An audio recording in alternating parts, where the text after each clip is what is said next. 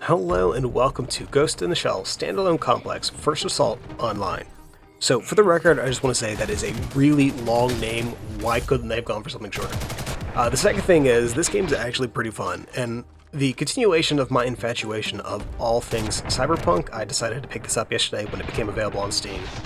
It also helps that I'm also a fan of Ghost in the Shell, so there was that too. In general though, this has been really fun. This game is a multiplayer shooter set in the Ghost in the Shell universe. You get to play as a member of Section 9. You're basically facing off against a team of operatives who are also playing as members of Section 9, though you don't see them as such.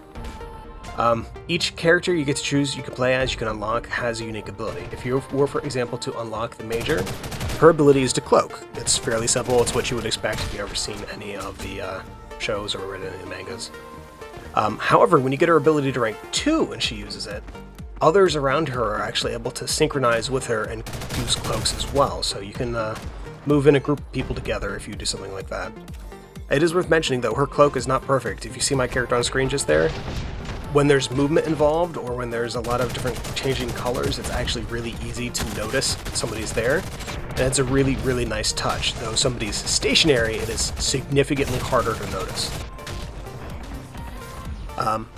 For this bit right here, I'm actually playing Togusa, who's one of the least augmented people inside of the team. As such, his ability actually isn't an augmented ability. He has the ability to summon a little drone that's able to track down enemies and then explode. It's pretty fun. When you have the second tier, it summons 2 of them. On top of being able to choose your own operative, you're also able to choose what kind of weapons you want to use. It has a standard fare for most shooters. You can go for assault rifle, submachine gun, shotgun, or a sniper rifle. For the most part, in this video, I'm just using an assault rifle, and towards the very end, I pull out a submachine gun. When you first start the game, you actually only have 3 weapons unlocked. You have a rifle, an SMG, and a sniper. You can get a shotgun a little bit later on, and they are really damaging, so it does pay to get one whenever you can.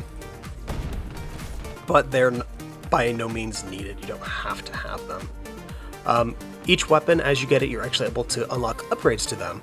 The upgrades themselves, you need to actually play with the weapon to earn points to be able to gain the ability to buy the upgrade, if that makes any sense.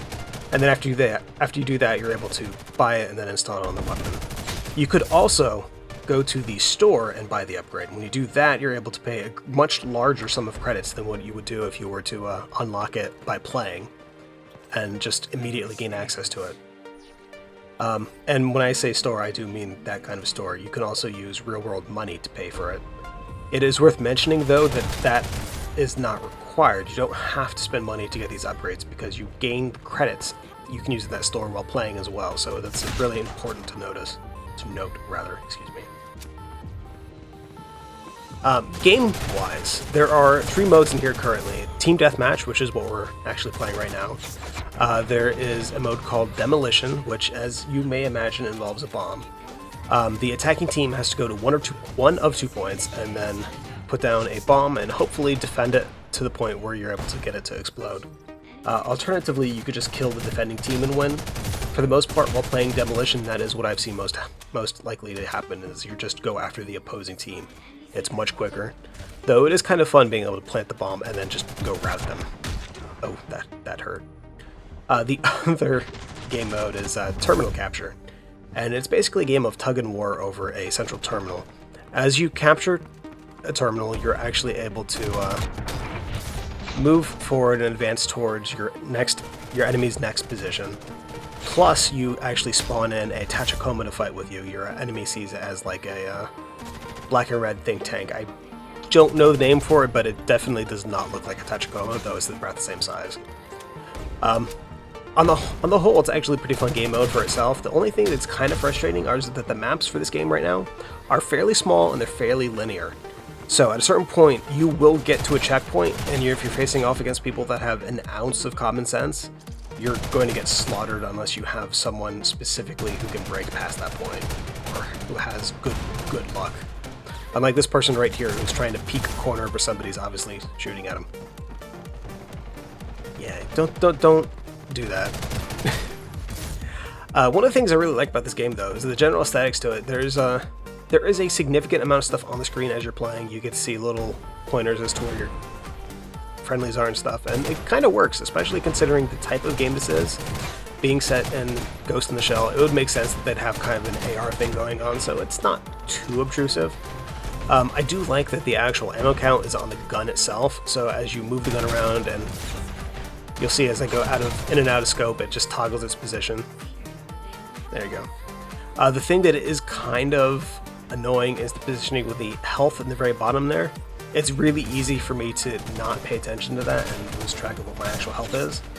If it were either, I really don't know where a good spot where that would be. It's just, I just lose sight of it. I get television. Oh, there's one of those enemy think tanks. Thing's nasty. On the whole, I have really enjoyed my time playing this game. It's definitely something I am going to look forward to playing a little bit more in the future.